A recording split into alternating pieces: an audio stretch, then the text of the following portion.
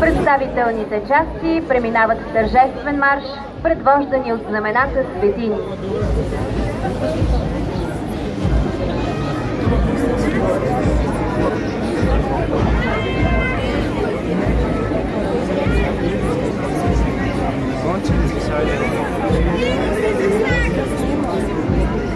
То там сетна. Аз си го фащам на всяка. Начало на войсковия парад е блокът на Военната академия Георги Стойков Раковски, воден от началника на академията контрадмирал Митко Петев. Военната академия е най-старото висше военно училище в България. Създадена с закон през 1912 година, тя е водеща национална институция с 103 годишни традиции за висше образование, квалификации и научни изследвания по въпросите на националната сигурност и отбраната. Наблюдаваме преминаването на националната гвардейска част. Начело на блока е началникът на щаба подполковник Кънчо Иванов. Създадена с постановление на Министерски съвет през 2001 година, правоприемник на личната гвардия на княз Александър I Батенберг, Националната гвардейска част се утвърди като представително военно формирование на въоръжените сили. Тя е четвъртият символ на държавната власт, наред с националното знаме, герба и химна. На площада навлиза първия представителен блок на сухопътните войски, съставен от военнослужещи от втора механизирана бригада.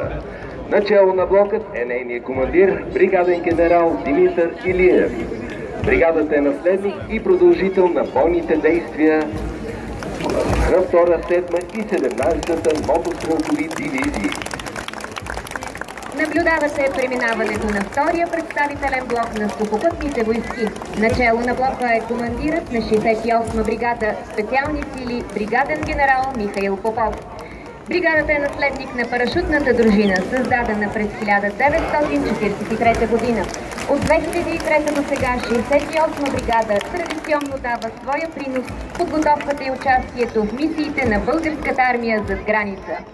Начело на блокът на военно-въздушните сили е бригаден генерал Петю Мирчев, командир на 24-та авиационна база.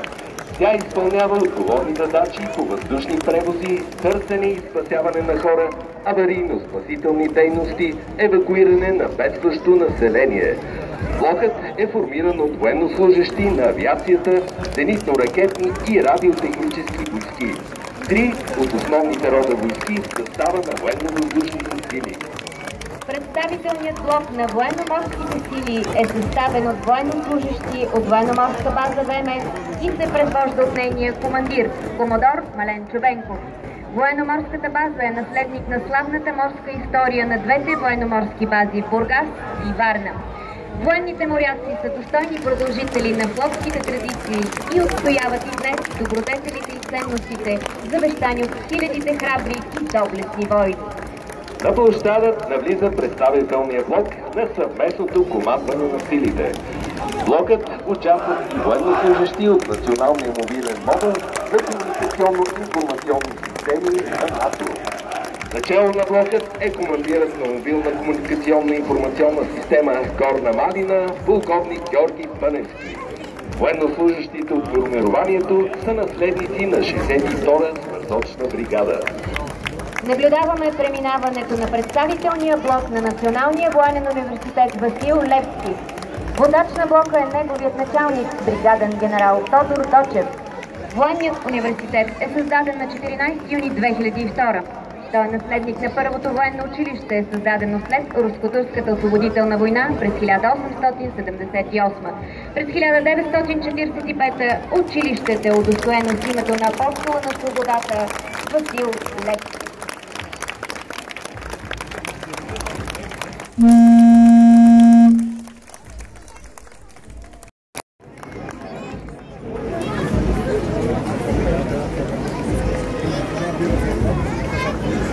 По традиция, финалните акорди на парада прозвучават в изпълнение на гвардейския представителен духов оркестър към Националната гвардейска част.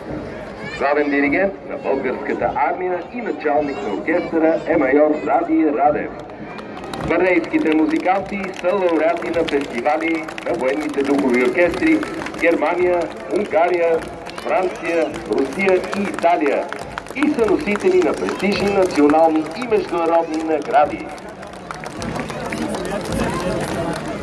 В последната редица гвардейците, обозначавали дистанцията между блоковете, сътварят строевите елементи на парада.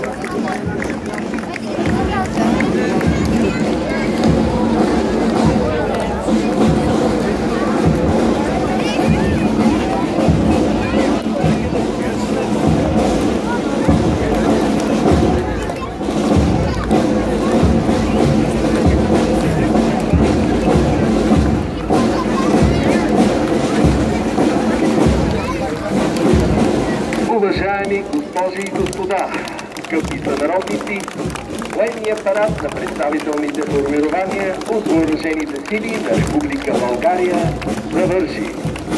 Честит празник защитници на България, кавалери на ордена за храброст, ветерани, бойни от запаса и от резерва, военно-инвалиди и пострадали от войните и в мирно време, генерали и адмирали, офицери, сержанти и старшини, войници и матроси, цивилни служители от българската армия и работници от отбранителната промишленост. След кратка пауза, тук на площада ще започне демонстрация на музикално-строеви умения от военните духови оркестри. Всеки оркестър ще представи своя програма. Българският войник и военната духова музика са неразривно свързани. Военната ни история е изпълнена с многобройни примери, когато под разтъсващото емоционално въздействие на военния духов оркестър, укрилените български войни тръгват неудържимо в атака, а полковите оркестри, пробити от вражеските костюми, шрапнели и духови инструменти, непрекъснато придружават войните. Военната духова музика носи не само естетическа наслада, но тя възпитава драгоценни човешки добродетели, помага за издигане на родолюбието и националното ни самочувствие. Две са нещата, които никой не може да ни отнеме. Изключителният талант и несъкрушимия дух на нашия народ. Като слушаме изпълненията на военните духови оркестри, ние се убеждаваме за пореден път в това и се изпълваме с гордост.